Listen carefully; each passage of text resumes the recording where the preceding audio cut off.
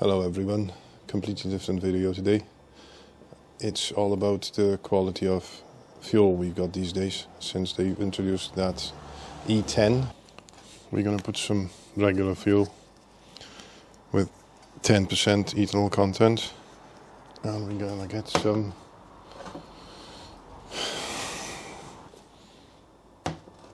it's gonna be that. We got 3 for regular E10. We will put some E10 into this one, put some E10 with Starbright starts on fuel additive that I've been using on the bikes. In the other one we're going to put some Lucas, so that's going to be starts on. This will be regular E10 plus Lucas.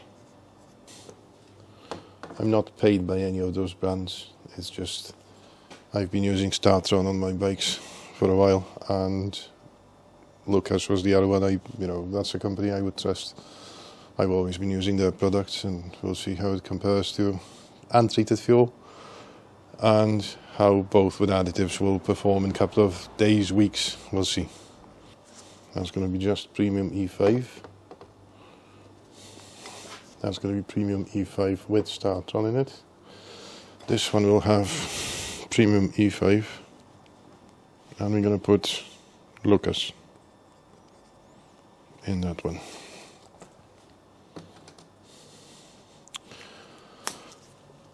Then we're going to close the jars off and we'll see what happens with them being sealed, and then we probably will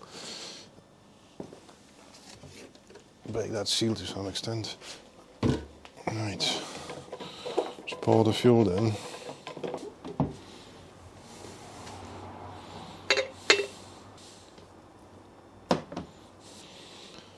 That's the premium E5 with no additives in it. So again, premium E5. I'm going to top that up a little bit.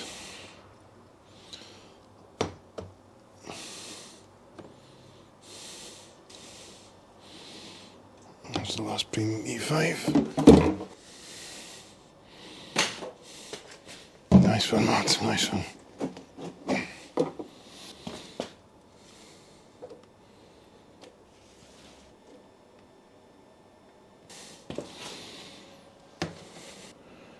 Roughly the same level.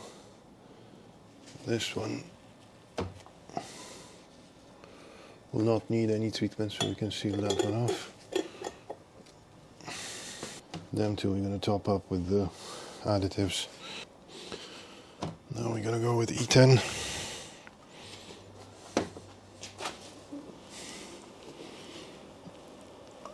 Okay, it's going to be just regular E10. That's another, and that should be the last one. It's a regular E10 again, yeah. Levels are roughly right, so we're going to put a little bit too much of the fuel treatment into every one of them. But it shouldn't affect the daily. If it helps, it should help. I want to see the fuel, how it looks like after a week of being left in a jar. Will it separate? Will it do anything? Will anything happen to it? We'll see. It states on it, on the starts on, which is this, states that it's not affecting it if you're going to overdose it. So if we top it up with a cupful, that should not harm it. 1 cupful going into Startron E10. We're going to mix it now. And 1 cupful going into premium E5. I think we're going to do the same with Lucas. I don't know if you can see this, but it says on it E10 is 10% ethanol, E15 is 15% ethanol, E85 is 85% ethanol. The rest is gasoline. Lucas got a nice green color to it. Was more expensive as well. Lucas treats 80 gallons, whereas the other one is treating 180 gallons. Let's close off the jars.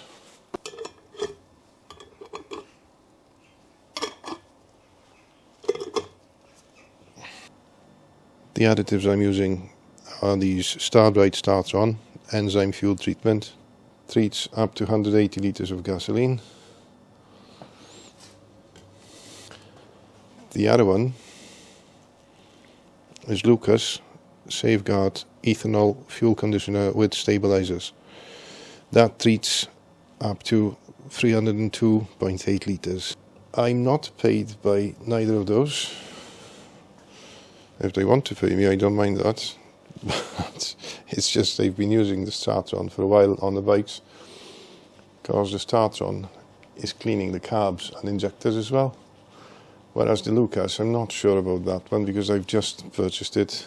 I'm intending to use it in cars basically more than the bikes.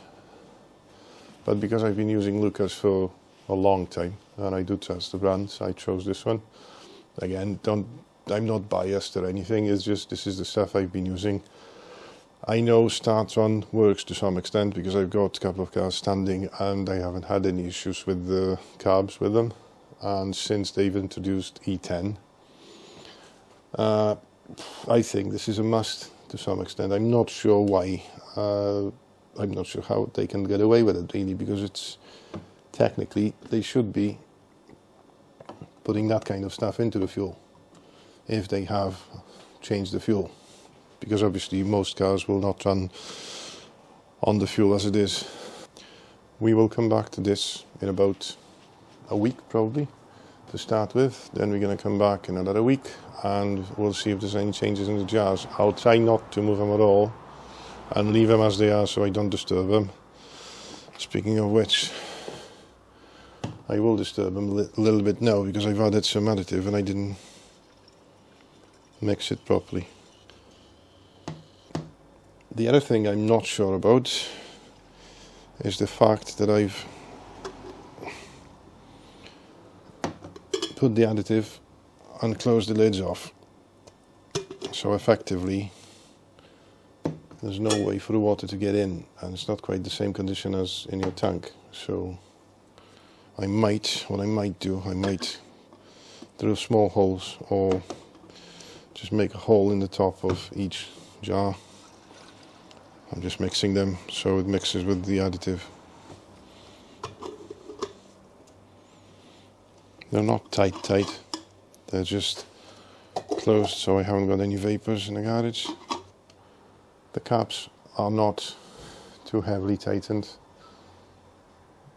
They will prevent the fumes from getting out of there, but also I want to simulate as much as I can the conditions that you've got in your tank, which means the air from the atmosphere can actually get in, and with that the moisture.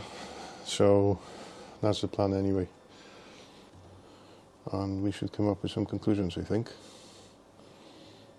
On using both, I'll put the bottles on the sides because otherwise they are putting extra pressure on the caps, and somebody could say that the caps were more sealed than the ones without bottles on top of them, just to be on the safe side.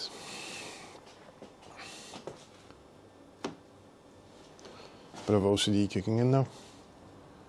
Bit too much OCD kicking in. I think we should finish the video.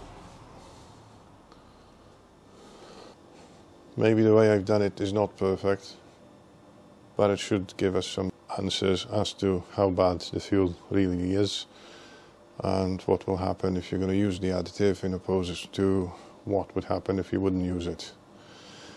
As I said, a couple of weeks, we'll see if you can see any difference in the fuel. I might go into months just to see what would happen if you would keep a bike or a car not being used, just locked up in the garage. Okay, so I will see you in a few weeks. I'll try to upload one video each week and I will try to get some photos done in the meantime. We'll see how it's going to end up.